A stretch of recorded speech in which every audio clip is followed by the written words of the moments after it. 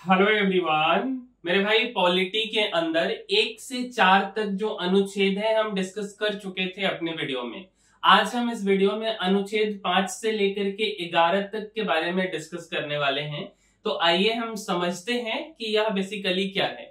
मेरे भाई अगर आप पॉलिटी का किताब देखेंगे तो उसमें टोटल 22 चैप्टर है और 22 चैप्टर में जो दूसरा वाला चैप्टर है जिसको हम भाग 2 बोलते हैं उसमें आर्टिकल 5 से लेकर के 11 तक चर्चा किया गया है।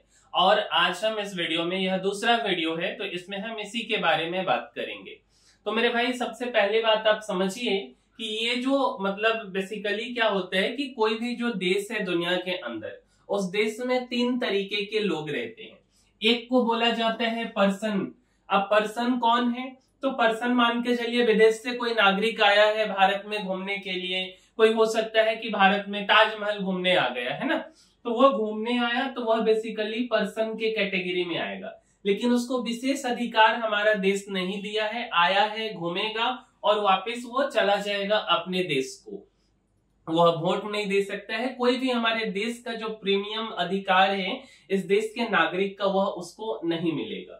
दूसरा मेरे भाई सिटीजन, जिसको हम नागरिकता बोलते हैं, सिटीजनशिप। तो यह बेसिकली कौन है? जो इस देश का ही नागरिक है। अब यह बात कैसे डिसाइड होगा कि इस देश का नागरिक है? या तो उसका जन्म इस देश में हुआ हो, या उसके माता पिताजी या उसके दादाजी इस देश के नागरिक हो, है ना। तो ये सब कुछ तरीका है जिस तरीके से वह इस देश का सिटीजन है। अच्छा, तो उसको विशेष अधिकार, प्रीमियम कैटेगरी का अधिकार मिला है। जैसे मान करके चलिए कि वोट देना है, कोई हायर पोस्ट हो गया प्रधानमंत्री का, मुख्यमंत्री का, या कुछ हो गया, तो देश में हर एक राइट्स उसको मिला हुआ है। जो भी इस देश का राइट है वो वोटर कार्ड, आधार कार्ड, हर एक चीज उसका बन सकता है। और तीसरा कैटेगरी है मेरे भाई माइनॉरिटी कैटेगरी। अब ये क्या होता है? माइनॉरिटी का मतलब होता है अल्पसंख्यक। अब यह क्या हुआ? जैसे मान लीजिए कि कुछ ऐसे जगह हैं जहां पे उनकी संख्या कम है। जैसे अगर हम अपने देश में बोले तो कोई ऐसे जगह, जैसे हम नॉर्थ ईस्ट की बात कर ले तो नॉर्थ ईस्ट में हिंदू कम है, तो ये वहां पे माइनॉरिटी क्लास है ना। अगर हम दूसरे किसी राज्य में चले जाए जहां पे हो सकता है तो वहां पे मुस्लिम का संख्या कम हो, तो वह माइनॉरिटी है। तो मुख्य रूप से ये 3 कैटेगरी में देश, किसी दुनिया के किसी भी देश के लोग होते हैं। या तो पर्सन कैटेगरी के होंगे, या सिटीजन होंगे, या तो माइनॉरिटी होंगे। अब ये जो नागरिकता का स्थिति है ना, कि ये सिटीजनशिप कहाँ से आया है, कहीं ना कहीं से तो शुरुआत हुआ होगा ना। तो मेरे भाई 2 आदमी इसको दिया है, एक का नाम है प्लेटो और दूसरा का नाम है अरस्तु। यही दोनों का कंसेप्ट है ये सिटीजनशिप का। यूनान, ग्रीस जिसको आप जानते हैं ना, वहीं पे 700 बीसी में, मतलब क्या बोल सकते हैं, बिफोर क्राइस्ट में, जीसस क्राइस्ट के जन्म से 700 साल पहले यह कंसेप्ट वहां पे जब शहरीकरण किया जा रहा था, तब अरस्तु और प्लेटो मिलकर के इस कंसेप्ट को दिया है कि ग्रीक का नागरिक कौन होगा, और उसी को देश दुनिया धीरे धीरे पालन करते चला गया। ठीक है, अच्छा अब समझिए। सबसे पहले हम शुरुआत करते हैं अनुच्छेद 5 के बारे में। तो अनुच्छेद आपका 5 क्या कहता है कि संविधान प्रारंभ के समय नागरिकता, मतलब जब हमारा संविधान बना, अब हम लोग उस समय इनिशियल फेज में थे, उस समय हमारे देश का नागरिक कौन होगा और कौन नहीं होगा। अब इस बात को पहले समझिए। लेट अस सपोज ना, जब ये हमारा देश है, ठीक है, तो हमारा बेसिकली ये जो देश है, इस देश का नागरिक कौन होगा। तो फिलहाल हम इस देश को एक घर मान लेते हैं। ये नया सुंदर सा घर बना जब हम लोग आजाद हुए, तो इस घर में कौन रह सकता है, तो वह अनुच्छेद 5 के अंदर चर्चा किया गया है। अच्छा, तो संविधान लागू होने के दिन, संविधान कब लागू हुआ है मेरे भाई? तो संविधान लागू हुआ है 26 जनवरी 1950, है ना। और 26 जनवरी 1950 से कौन भारत का नागरिक होगा, कौन नहीं होगा। तो अनुच्छेद 5 के अंदर 3 बात का चर्चा किया गया है। पहला बात बोला गया है कि जो लोग भारत में जन्म लिए हैं, क्या बोला गया है? जिनका जन्म भारत में हुआ हो। दूसरा कि अगर मान लीजिए कि उसका जन्म भारत में नहीं हुआ हो लेकिन उसके माता पिता भारत में जन्मे हो। और तीसरा कि जो संविधान लागू होने से पहले कम से कम 5 साल पहले भारत में रह रहा हो, 5 साल पहले से, या किसी दूसरे देश से भी आकर के भारत में 5 साल पहले आ गया हो। मतलब कि अगर वह 1945 में भारत में आया है किसी दूसरे तीसरे देश से, तो भी उसको हम अपना नागरिक मान लेंगे। अब जैसे समझिए, जो लोग भारत में जन्मा है, जैसे वो तो आसानी से उसको नागरिकता मिल गया है ना। उसके बाद दूसरा था कि उनके माता पिता, जैसे भारतीय लोग जो है दूसरे दूसरे देश में गए थे युद्ध लड़ने के लिए, क्योंकि हम लोग गुलाम थे अंग्रेज के, और अंग्रेज हम लोगों को दूसरे देश में ले गया। तो दूसरे देश में ले गया तो, लेकिन उनके माता पिता कहाँ के हैं, तो भारतीय हैं, तो उनको भी नागरिकता दे दिया गया। तो यही चीज है आपका अनुच्छेद 5 आर्टिकल 5 के अंदर। अब बात करते हैं हम आर्टिकल 6 के बारे में। तो आर्टिकल 6 आपका क्या कहते हैं कि पाकिस्तान से आए प्रवासी को माइग्रेंट बोलते हैं, उनको नागरिकता दिया जाना। अब ये समझिए, देखिए हम लोग का बंटवारा हो गया, पहले ये पूरा भारत का हिस्सा था, है ना, ये पूरा भारत का हिस्सा था, चाहे बांग्लादेश हो चाहे पाकिस्तान हो।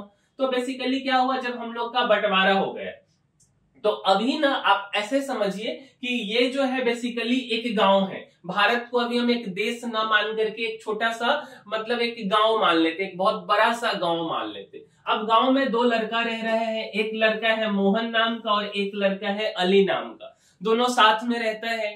अब क्या होता है कि जब बंटवारा हो जाता है तो किसी कारण बस मोहन को जो है कि गांव के इस हिस्सा में भारत में रहना पड़ता है, और अली नाम का जो लड़का है वह भारत के इस हिस्से में चला जाता है, मतलब कि पाकिस्तान में चला जाता है। ठीक है, तो पाकिस्तान में चला जाता है, तो मान करके ऐसा चलिए कि अभी जो है कि ये जो मोहन है, ये मोहन को ना उल्टा हो गया, मतलब मोहन चला गया पाकिस्तान में और जो है अली रह गया भारत में। अब मोहन चाहता है कि हम गांव के उस हिस्से से भारत में आ जाए, तो उसके लिए जो चर्चा किया गया है कि पाकिस्तान से आए प्रवासी माइग्रेंट को जो है कैसे नागरिकता दिया जाएगा। ठीक है, अच्छा, तो 15 अगस्त 1947 को क्या हुआ कि हम लोग आजाद हुए, मतलब भारत और पाकिस्तान का बंटवारा हो गया, हम लोग आजाद हो गए, दोनों देश अलग अलग हो गया।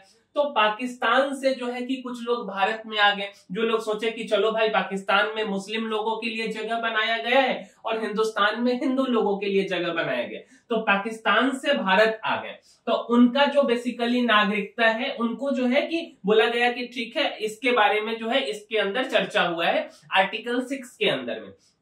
तो पाकिस्तान से जो भारत में बस गया और भारत में ही वह रहना चुना, तो इसके अंदर 3 बात के बारे में बताया गया है कि कैसे, कि अगर उसके मम्मी पापा या दादा दादी भारत में पैदा हुए हैं, मींस कि पूरा भारत और पाकिस्तान एक देश था, तो इसमें पैदा हुए हैं, तो उनको भारत का नागरिकता मिल जाएगा। दूसरा क्या बोला गया कि अगर 19 जुलाई 1948 से पहले भारत अगर वह व्यक्ति आ गया है, तब वह तुरंत भारत का नागरिक बन जाएगा। क्योंकि देखिए, जब बात आया था बंटवारा का, तो बंटवारा का जब बात आया तो लगभग सबको पता था कि भाई अब और दिन यह खींचा नहीं जा सकता है, भारत का 2 हिस्सा होने वाला है, एक हिस्सा पाकिस्तान बनेगा और दूसरा हिस्सा भारत बनेगा। तो उसमें बोला गया कि 19 जुलाई 1948 से पहले जो आदमी पाकिस्तान में रह रहा है और वह भारत में आ गया है, तो उसको हम अपने देश का नागरिक मान लेंगे। और तीसरा कि अगर 19 जुलाई 1948 के बाद आया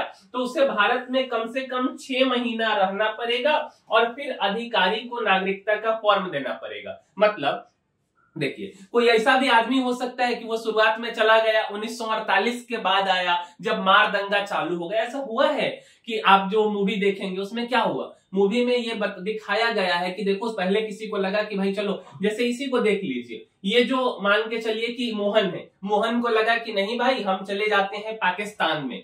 अब जब 1948 आया, मार दंगा चालू हो गया, वहां से हिंदू को भगाना शुरू कर दिए, तो ये बोला कि नहीं भाई गलत देश में आ गए हैं, चलो भारत में। तो मेरे भाई, अगर कोई अपने देश से, आपके घर से कोई रुस करके गुस्सा करके भाग गया है, तो अगर वह शाम को घर आना चाहते तो उसको नहीं रखिएगा ना। तो जो लोग पाकिस्तान चले गए और 19 जुलाई 1948 के बाद में आए हैं तो उनको 6 महीने तक कम से कम भारत में रहना पड़ेगा और उसके बाद उनको जो है एक फॉर्म फिलअप करना होगा। जो भी संबंधित अधिकारी इसको देख रहे होंगे उसके बाद उसको भारत का नागरिकता, ration card, voter I card बना करके दे दिया जाएगा और वह भारत के नागरिक हो जाएंगे। तो आर्टिकल 5 और आर्टिकल 6 आपको समझ आ गया। अब बात करते हैं आर्टिकल 7 के बारे में।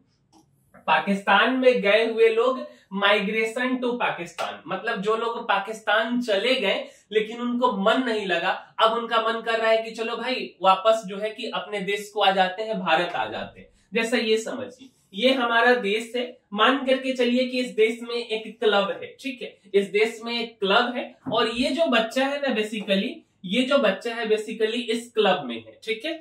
अब क्या हो रहा है ना कि अब बोला गया कि इस बच्चे को बोला गया कि भाई ठीक है अब तुम पाकिस्तान, ये जो क्लब है ये बंटवारा में पाकिस्तान में चला गया।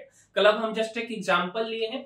अब ये बच्चा जो है कि भारत में आना चाह रहा है, एकदम गुस्सा हो गया कि नहीं हम पाकिस्तान में नहीं रहेंगे। तो इसके लिए क्या अधिकार दिया गया आर्टिकल 7 में? तो बोला गया कि वह व्यक्ति जो 1 मार्च 1947 के बाद भारत से पाकिस्तान चला गया उसकी नागरिकता तो वहीं खत्म हो गई। क्या बोला गया कि वह व्यक्ति जो पाकिस्तान चला गया, कब गया? 1 मार्च 1947 के बाद जो व्यक्ति पाकिस्तान चला गया, जैसे ये बच्चा चला गया, तो उसका नागरिकता वहीं पे समाप्त हो गया। और दूसरा कि अगर वह व्यक्ति सरकार से परमिट लेकर वापस आया, मतलब अगर उसको वापस आना है तो उसको एक परमिट लेना है, ठीक है। अब वहां के जो संबंधित अधिकारी है वह परमिट देंगे, उस परमिट को लेकर के आएगा तब जाकर के हम लोग उसको कुछ दिन के बाद में नागरिकता दे देंगे, तो उसे फिर से भारतीय नागरिक बनने का मौका मिल सकता है। क्लियर है? मतलब कि आर्टिकल जो है 7 क्या कहता है, वह व्यक्ति जो 1947 में मार्च के बाद पाकिस्तान चला गया, भारतीय नागरिकता समाप्त हो गया और उसके बाद अगर वह आना चाहता है, परमिट ले लिया, उसके बाद परमिट बनना शुरू हो गया कि वहां जो भारत से पाकिस्तान जाता था यहाँ के अधिकारी से उसको परमिट लिखवा के ले जाना होता था और जो पाकिस्तान से भारत आता था पाकिस्तानी अधिकारी से उसको परमिट लेकर के भारत आना पड़ता था। तो अगर आप परमिट लेकर के आए हैं तो फिर हम आपको अपने देश में रख लेंगे, कुछ दिनों के बाद आपको नागरिकता दे दिया जाएगा, ठीक है। अच्छा, अब बात आता है आर्टिकल 8 का, अनुच्छेद 8 का, कि विदेश में रहने वाले भारतीयों की नागरिकता। जैसे मान लीजिए अब ये ना एक बच्चा है, छोटा सा प्यारा सा अरब बच्चा है, ठीक है, अरब इसका नाम है। इसके माता पिता जो है बेसिकली भारतीय हैं, इसके दादा दादी भारतीय हैं, ठीक है, बट इसके जो पिताजी हैं वो पिताजी अपने फैमिली के साथ में अमेरिका चले गए, लेकिन इसके जो दादा दादी हैं वो जन्म से भारतीय थे। अब ये बच्चा अभी छोटा है, लेट अस सपोज 5 साल का है, ठीक है, 5 साल का ये बच्चा है। अब 5 साल का बच्चा, इसको तो पता ही नहीं है कि मेरे लिए भारत अच्छा है कि अमेरिका अच्छा है, किधर रहा जाए, है ना। तो इसके दादा दादी लेकिन भारतीय थे, इसके मम्मी पापा अमेरिका जाना चूज किए। तो जब यह 18 साल का हो जाएगा ये बालक, तो अगर यह चाहेगा कि मैं भारत में खेलने कूदने, रहने, घूमने, पढ़ाई करने, इसको लगेगा कि मेरे लिए भारत अगर अच्छा देश है तो यह भारत का नागरिकता ले सकता है, इसको बशर्ते फॉर्म भरना पड़ेगा। तो अरब या उसका फैमिली इंडियन एम्बेसी में चला जाएगा और एक फॉर्म भरेगा। फॉर्म भरने के बाद बोलेगा कि because my dada is Indian, that's why I want Indian citizenship, है ना। तो उसके बाद इसका डॉक्यूमेंट वेरिफिकेशन किया जाएगा, जो भी प्रोसीजर है इंडियन एम्बेसी के द्वारा, और बोलेगा कि ओके ठीक है, आई ग्रांट यू इंडियन सिटीजनशिप। जो अधिकारी है वो बोल देंगे और बोलेंगे कि ठीक है भाई तू जा और भारत में रह, क्योंकि भारत बहुत अच्छा सुंदर प्यारा सा देश है। क्लियर? अगला है अनुच्छेद 9। अनुच्छेद 9 क्या कहता है कि दोहरी नागरिकता, डुअल सिटीजनशिप नहीं चलेगा। ऐसा नहीं है कि आप जो है मतलब समझ सकते हैं, डुअल सिटीजनशिप को एकदम कैंसिल कर दिया गया। इस बात को ऐसे समझिए कि एक स्कूल है, एक विद्यालय है और इस विद्यालय में 2 क्लब है। एक क्लब है स्पोर्ट्स और दूसरा क्लब है आर्ट क्लब। कौन कौन सा क्लब है? एक स्पोर्ट्स क्लब है और एक आर्ट क्लब है। विद्यालय का नियम है कि एक बच्चा एक समय पर एक ही क्लब में रह सकता है। ऐसा नहीं है कि वह बच्चा स्पोर्ट्स क्लब में भी रहेगा और आर्ट क्लब में भी रहेगा। अगर कुणाल नाम का बच्चा है तो केवल वह स्पोर्ट्स में रहेगा, अगर वह आर्ट में गया तो स्पोर्ट्स क्लब से वह ऑटोमेटिक बाहर निकल जाएगा। बस यही तो हमारा कानून कहता है कि बेसिकली अगर आप भारतीय नागरिक हैं, किसी कारणवश आप अमेरिका चले गए, कनाडा चले गए, XYZ कहीं भी चले गए, वहां का नागरिकता लिए इंडियन सिटीजनशिप ऑटोमेटिक आपका खत्म हो जाएगा, इसको कोई नहीं बचा सकता है। ठीक है, अच्छा अब बात आता है आर्टिकल 10 के बारे में, अनुच्छेद 10, अधिकारों की निरंतरता। जैसे समझिए ये जो है इंसान का दिल है, ठीक है, इंसान का दिल है। अब दिल जो है ना, दिल आपका निरंतर लगातार चलते रहता है, रुकता नहीं है। रुक जाता है क्या? रुक जाएगा तो आपका कहानी खत्म, नागरिकता का जरूरत ही आपको नहीं पड़ेगा, डायरेक्ट टिकट से आप चले जाओगे। ठीक है, कोई नागरिकता नहीं। अच्छा, अब इसको स्वस्थ रखने के लिए आपको क्या करना है? सही भोजन करना है। ऐसा नहीं कि रोज एकदम पिज्जा, बर्गर, पनीर, जो जो चीज आप खा सकते हैं शरीर को हानि करने वाला, हार्ट, दिल को हानि पहुंचाने वाला, वो अगर खाइएगा तो डायरेक्ट टिकट से आप ऊपर जाइएगा। ठीक है, उसी तरीके से जैसा दिल होता है ना, उतना ही प्यारा हमारा देश होता है। तो अगर आपको देश में रहना है, ठीक है, तो आप नागरिक हैं अगर हमारे देश के, जो कि हमारा आर्टिकल 5, 6, 7, 8, 9 कहा है, अगर वह आप सारा के कारण आपको नागरिकता मिला है, और अगर आप कोई देश विरोधी काम नहीं करते हैं, ऐसा नहीं कि भारत और चाइना का लड़ाई हो रहा है आप झंडा लेकर के जाना शुरू कर दिए कि जो है हम चाइना के तरफ से, भारत पाकिस्तान का लड़ाई हो रहा है जो है लगे नाचना शुरू कर दिए कि हम पाकिस्तान के तरफ से, तो उस केस को छोड़ के अदरवाइज आपका नागरिकता नहीं खत्म हो सकता है। जैसे हार्ट निरंतर चलता रहेगा, वैसे ही हमारा जो संविधान है, हमारा जो अनुच्छेद है, वह आपको जो अधिकार दिया है, वह अधिकार आपका इतना आसानी से खत्म नहीं हो सकता है। शर्त यह है कि आप देश विरोधी गतिविधियों में शामिल नहीं होंगे। ठीक है, अच्छा देखिए ये प्यारी सी बच्ची है, ठीक है, अब इस बच्ची को समझिए, अब इस बच्ची को क्या क्या अधिकार मिला है। जैसे ये बच्ची स्कूल में जाकर के पढ़ाई कर सकती है, थोड़ा बहुत टाइम पास भी कर लेगी, है ना।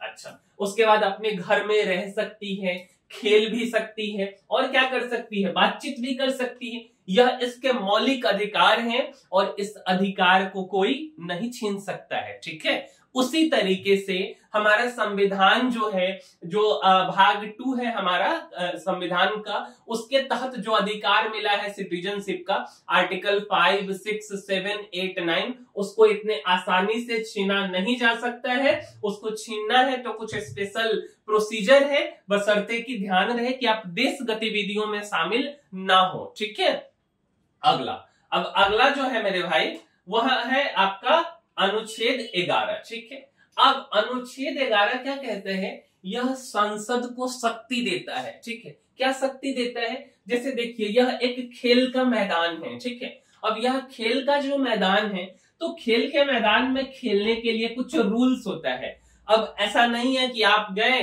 जो है कि हाथ से फुटबॉल ले जाकर के गोल में ले जाकर रख दिए और आप जो है बोले कि मेरा एक गोल हो गया, ऐसा नहीं है ना। हाथ से उठाइएगा तो फाउल हो जाएगा, पैर से ही मार करके जो है आपको जो है गोल में आपको पहुंचाना है फुटबॉल को। अब क्रिकेट है तो क्रिकेट जो है, जो बैट है, जो उसका साइज है, उसी से खेलिएगा ना। ऐसा तो नहीं कि दीवार लगा दीजिएगा, फेंको बॉल, लगा सीधा छक्का, ऐसा नहीं हो सकता ना।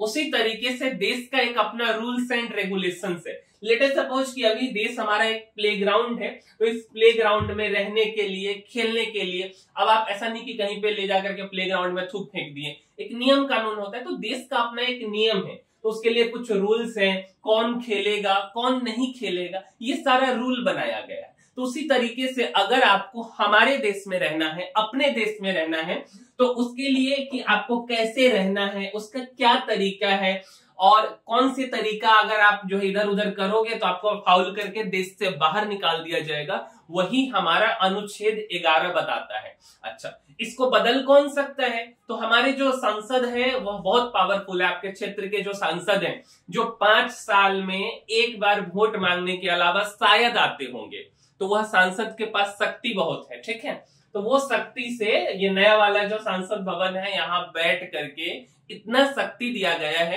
कि वह आसानी से चीजें को बदल सकते हैं, बशर्ते कि तरीका प्रोसीजर उनको फॉलो करना पड़ता है। तो कैसे बदल सकते हैं? नागरिकता के मामलों को संसद जो है कि किसको नागरिकता मिलेगा किसको नहीं मिलेगा, यह संसद तय करेगी, पार्लियामेंट तय करेगी। दूसरा कि यानी नागरिकता प्राप्त करने, खोने का या उसके अन्य नियम बनाने की पूरी शक्ति सांसद को दी गई है।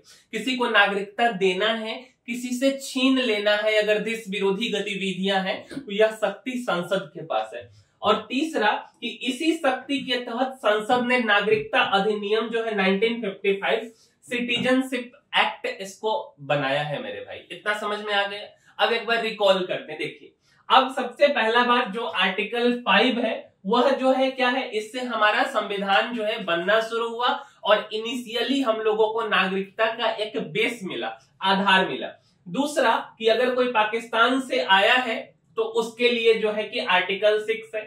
सातवां जो है आर्टिकल 7 जो है पाकिस्तान गए और वापस आ गए तो उनके लिए है। आठवां क्या है कि कोई किसकी के दादाजी भारतीय हैं बट उसका जो पोता है, उसका जो बेटा है वह फॉरेन में रह रहा है तो वह वहां पे जाके एम्बेसी में अप्लाई करेगा, फिर उसको जो है नागरिकता मिल जाएगा। 9वां डुअल सिटीजनशिप नहीं चलेगा। 10वां क्या है कि जो भी ऊपर से लेकर के 9 तक का आपका अधिकार है यह जो है कि खत्म नहीं हो सकता है, बशर्ते देश गतिविधि नहीं होना चाहिए। और 11वां कि संसद के पास में बहुत ज्यादा पावर है जो है इन चीजों को बदलने का, किसको नागरिकता दिया जाए किसको ना दिया जाए। बट 11 में एक बात ध्यान रखने वाली बात है कि यह जो संसद का पावर है वह जो है किसी को नागरिकता देना है किसी से लेना है, यह सारा गृह मंत्रालय के अंदर आता है। गृह मंत्रालय इस बात को तय करेगा कि किसको देना है और किससे छीन लेना है। तो इस बात को ध्यान रखिएगा। वर्तमान में हमारे गृह मंत्री अमित शाह जी हैं, तो उनका जो मंत्रालय है उनके अकॉर्डिंग ये नागरिकता सिटीजनशिप देना लेना जो आर्टिकल 11 है वो उनके तहत वर्क होता है। अब समझिए, ये जो पढ़े हैं वो तो ठीक है, बट इसके बाद ना जो नागरिकता अधिनियम है इस बात को समझिए। तो हम लोगों का जो नागरिकता अधिनियम है वह 1955 में बनाया गया। अब 1955 जो है हमारा नागरिकता को सिटीजनशिप एक्ट बोलते हैं अधिनियम को, तो हमारा सिटीजनशिप एक्ट 1955 में बनाया गया। अच्छा, भारत का वह कानून जो बताता है कि कोई आदमी भारत का नागरिक कैसे बनता है, कब उसकी नागरिकता खत्म हो सकती है और किन हालात में सरकार नागरिकता आपसे छीन सकती है। और यह संविधान के अनुच्छेद जो कि आर्टिकल 5 से 11 के बाद डे टू डे का नियम है कि आपको जो है कि कैसे नागरिकता मिलेगा, सरकार कैसे छीन लेगी, यह आपका कब सिटीजनशिप एक्ट 1955 के अंतर्गत आता है। क्लियर? अच्छा, अब समझिए, अगर मान लीजिए ना कि इसमें क्या क्या चीजों के बारे में चर्चा है कि किसी को नागरिकता पाना है, 2-3 चीजों के बारे में चर्चा है कि जो है सरकार इसको कैसे कैसे जो है सिटीजनशिप एक्ट को बदली है जब जब जरूरत पड़ा है। दूसरा कि अगर आपको भारत में रहना है तो यहाँ का नागरिकता पाने के कितने तरीके हैं और कौन सा ऐसा आप कार्य करेंगे कि आपका नागरिकता छीन लिया जाएगा। तो अब भारत का नागरिकता पाना चाहते तो 5 ऐसे तरीके हैं जिनसे आपको भारत का नागरिकता मिल सकता है। 3 ऐसा तरीका है जिससे भारतीय नागरिकता आपसे छीना जा सकता है। ठीक है, तो पहला समझिए, नागरिकता पाने के लिए सबसे बड़ा जो आधार है वह जन्म का आधार है कि भारत में पैदा होने वाला बच्चा भारतीय नागरिक बन सकता है कुछ नियमों के हिसाब से। अब ये वाला जो है ये थोड़ा सा गड़बड़ बन गया था उस समय के हिसाब से। देखिए, शुरुआत में कोई भी चीज बनता है ना बहुत अच्छा नहीं बनता है। अब जैसे मान के चलिए अमेजन बना, गूगल बना, है ना, या एप्पल बना जिसको आज जो है कि इतना पसंद किया जाता है, तो क्या शुरू में ही ऐसा आईफोन एप्पल बनाने लगा? नहीं। गूगल क्या शुरू से ही इतना बेहतर है? नहीं, एकदम बेकार बना था, धीरे धीरे सुधार किया गया। तो ये जो हमारा नागरिकता पाने का जो मतलब तरीका है उसमें सबसे पहला जो है जन्म से, ये वाला थोड़ा सा खतरनाक था जब शुरू में बना। बोला गया कि जो बच्चा भारत में पैदा होगा वो भारत का नागरिक। अब लेटर सपोज कर लीजिए हमारा पड़ोसी मुल्क एकदम हरामी कैटेगरी का है, तो पाकिस्तान से क्या होता था कि पाकिस्तान में जनरली क्या होता है, एक आदमी 10-10, 15-20 शादी कर लेता है। अब शादी करके जो है बेसिकली क्या किया जो है कि भारत में जो है अपने पत्नी को पहुंचा दिया वहां पे जो है, और इसके बाद जो उसका 8-9 महीना यहाँ पे पत्नी उसकी रही और रहने के बाद में जो है कि वो डिलीवरी उसका यहाँ मतलब इंडिया में हो गया। अब इंडिया में हुआ तो उसको ऑटोमेटिक नागरिकता मिल गया। फिर उसके बाद वो देश गतिविधियों में धीरे धीरे उसको 17-18 साल ट्रेंड किया गया, जम्मू कश्मीर ले जाकर के उसको आतंकवादी बना दिया गया। इस तरीके से मिसयूज होना शुरू हो गया।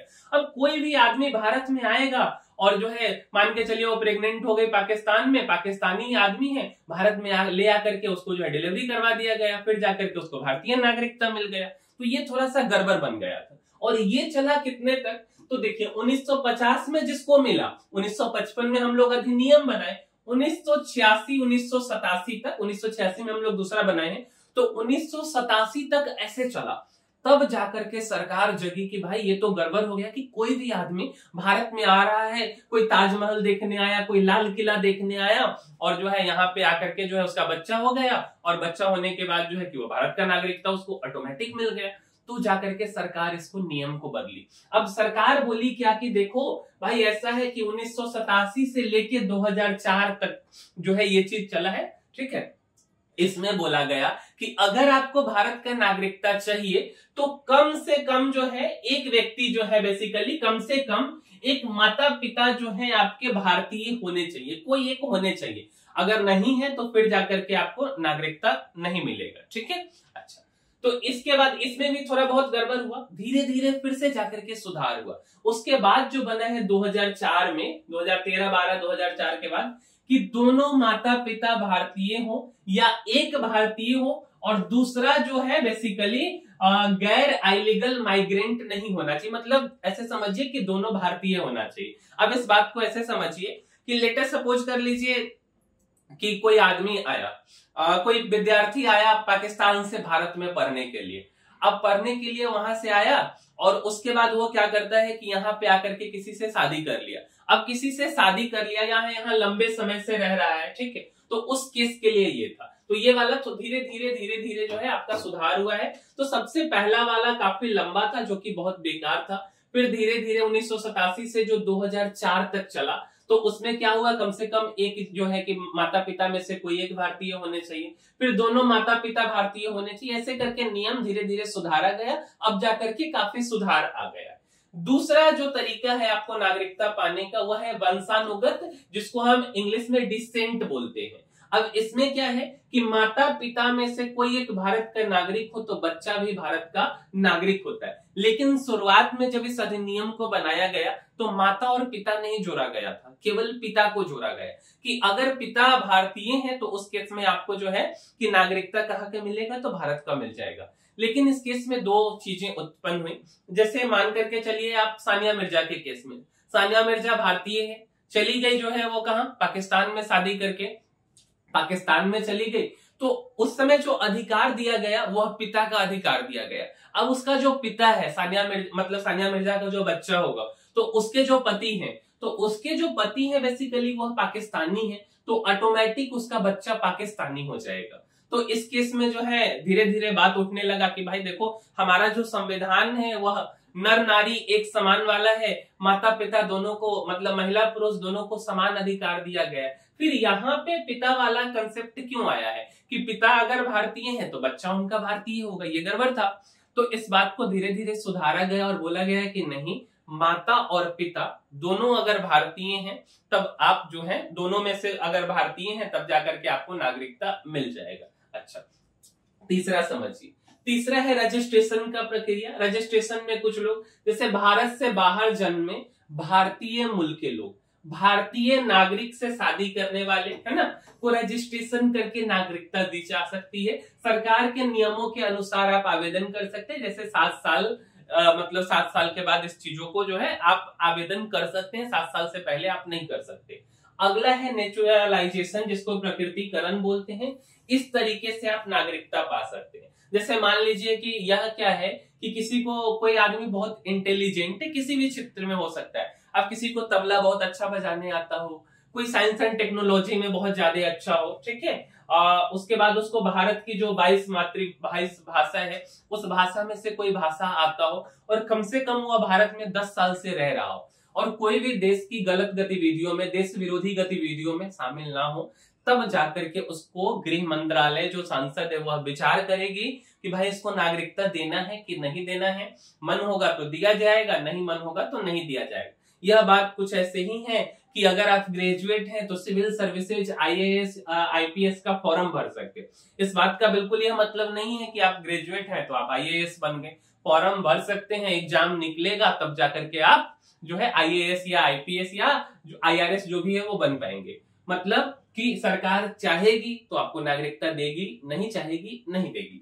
और अगला, क्षेत्र का समावेश, जिसको इंग्लिश में इनकॉर्पोरेशन ऑफ टेरिटरी बोलते हैं। जैसे अगर मान के चलिए ना, भारत का लोग करके नेपाल को अपने देश में मिला ले, पाकिस्तान को वापस भारत में मिला ले, तो उस केस में हम वहां के लोगों को भी नागरिकता देंगे। जैसे अभी एग्जाम्पल वर्तमान में समझ के, सिक्किम हमारे देश का हिस्सा नहीं था, लेकिन सिक्किम को जो है कि 1975 में अपने देश में मिला लिया गया। जब वहां पे चाइना जो है तिब्बत को अपने कब्जा में लिया, फिर जाकर के सिक्किम को हम लोग मिला लिए, तो उन लोगों का जो है नागरिकता हम लोगों ने दिया। तो जो देश के मतलब जो देश का हिस्सा वर्तमान में नहीं है, लेकिन अगर हम कल होकर के उसको अपने हिस्से में मिला लेते हैं, इस केस में हमको उन्हें नागरिकता देना है। ठीक है, तो ये 5 तरीके से हम नागरिकता ले सकते हैं। अच्छा, अब कौन कौन सा ऐसा तरीका है जिससे आपका नागरिकता खो सकता है, लॉस हो सकता है, या टर्मिनेट हो सकता है, या डेप्रीविएशन हो सकता है, सब एक ही बात है।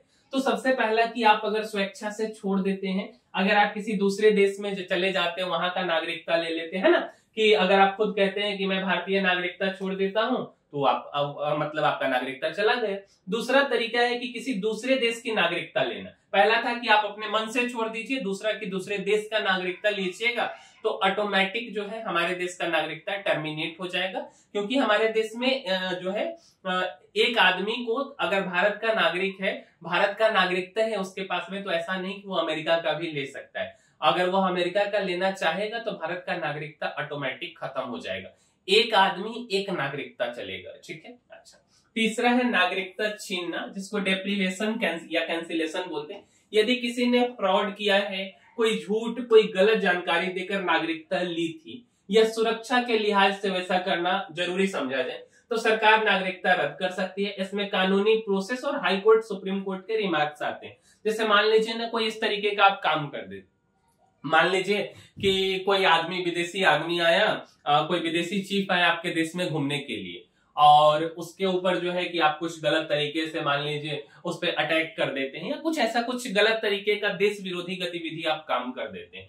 इस केस में सरकार आपको जो है पागल, मेंटल घोषित करके आपका नागरिकता को छीन सकती है। तो ये 3 तरीके हैं जिस तरीके से आपका नागरिकता छीना जाएगा।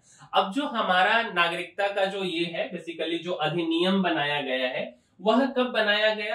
तो जब बनाया गया 1955 में, तो उस समय काफी कुछ जो है अच्छा नहीं था। फिर 1986 में सुधार हुआ, फिर 1992 में, फिर 2003 में, फिर 2005, फिर 2015 और फिर 2019 में, जहां पे CAA, सिटीजनशिप अमेंडमेंट एक्ट आया। इसका तो बवाल ही मच गया है ना। तो 1986 में जो सुधार हुआ, वो क्या चीज के लिए सुधार हुआ था? तो वही 1986 में सुधार हुआ था कि कोई भी बच्चा अगर भारत में जन्मा है, तो ऐसा नहीं कि हम उसको नागरिकता दे देंगे। उसके लिए कुछ टर्म्स एंड कंडीशंस है कि उसके माता पिता भारतीय होने चाहिए, है ना। तो ये वाला 1986 में सुधार हुआ था। अब समझिए, हम लोग का जो नागरिकता है बेसिकली, हम लोग का जो कॉन्स्टिट्यूशन है, संविधान है, वो हम लोग ब्रिटेन से लिए हैं। 85% लगभग वहां का है। धीरे धीरे जरूरत के हिसाब से, अपने देश के हिसाब से हम लोगों ने सुधार किया। अगर आपसे पूछेगा कि भारत का नागरिकता किस प्रकार का है, तो हमारे यहाँ का जो नागरिकता है वह सिंगल सिटीजनशिप, जिसको एक हरी नागरिकता बोला जाता है। एक व्यक्ति एक कंट्री का नागरिकता रख सकता है। मतलब कि एक हरी का यह मतलब नहीं हुआ कि मेरे पास भारत का नागरिकता है तो उसके बाद अगर हम जो है कनाडा का ले लें, अमेरिका का ले लें, यह मतलब बिल्कुल नहीं हुआ। इसका मतलब यह हुआ कि अगर आपके पास भारत का नागरिकता है तो आप बिहार का अलग से नागरिकता आपको नहीं लेना है। और जम्मू कश्मीर एक एक्सेप्शन है जो कि 2019 के बाद खत्म हो गया है। तो पहले आपको भारत के साथ साथ जम्मू कश्मीर का भी नागरिकता लेना होता था, बट अब ऐसा कोई भी एक्सेप्शन हमारे देश में नहीं है। मतलब अगर आपके पास भारत का नागरिकता है तो यहाँ के 2800 राज्य का आपको अलग से नागरिकता नहीं लेना है, चाहे वह अरुणाचल प्रदेश हो, चाहे वह असम हो, चाहे वह पंजाब हो, चाहे वह उत्तर प्रदेश हो, ऑलरेडी आप उस राज्य के निवासी हैं। तो इसी का मतलब हुआ कि एक हरी सिस्टम है। तीसरा कि हम लोग का जो यह अधिनियम है वह कब बना, 1955 में। पहला संशोधन कब हुआ, 1986 में। फिर कब हुआ, 1992 में। फिर कब हुआ, 2003। फिर 2015, है ना, और उसके बाद 2005 में भी हुआ है, फिर 2019 में हुआ है। अच्छा, अगर आपको हमारे यहाँ का सिटीजनशिप लेना है अपने देश का, 5 तरीके से ले सकते हैं और 3 तरीके से आप अपने सिटीजनशिप को गवा सकते हैं। कौन देता है यह, अगर आपको, तो बेसिकली यह गृह मंत्रालय के अंतर्गत आपको यहाँ का नागरिकता दिया जाता है। उम्मीद करते हैं कि आपको हमारा यह वीडियो पसंद आया होगा और आपको जो यह पॉलिटी का सेकेंड पार्ट है बेसिकली, जिसमें हम अपने देश के आर्टिकल्स के बारे में डिस्कस कर रहे हैं, जिसमें आर्टिकल 5, 6, 7, 8, 9, 10 और 11 हमने डिस्कस किया है, वह आपको समझ आ गया होगा। और अगर आपको हमारा यह वीडियो पसंद आया है, अच्छा लगा है, तो इसको लाइक जरूर कीजिएगा, साथ साथ शेयर भी कीजिए और चैनल को सब्सक्राइब भी कीजिए। मिलेंगे हम किसी अगले वीडियो में। इस वीडियो में इतना ही, तब तक के लिए धन्यवाद।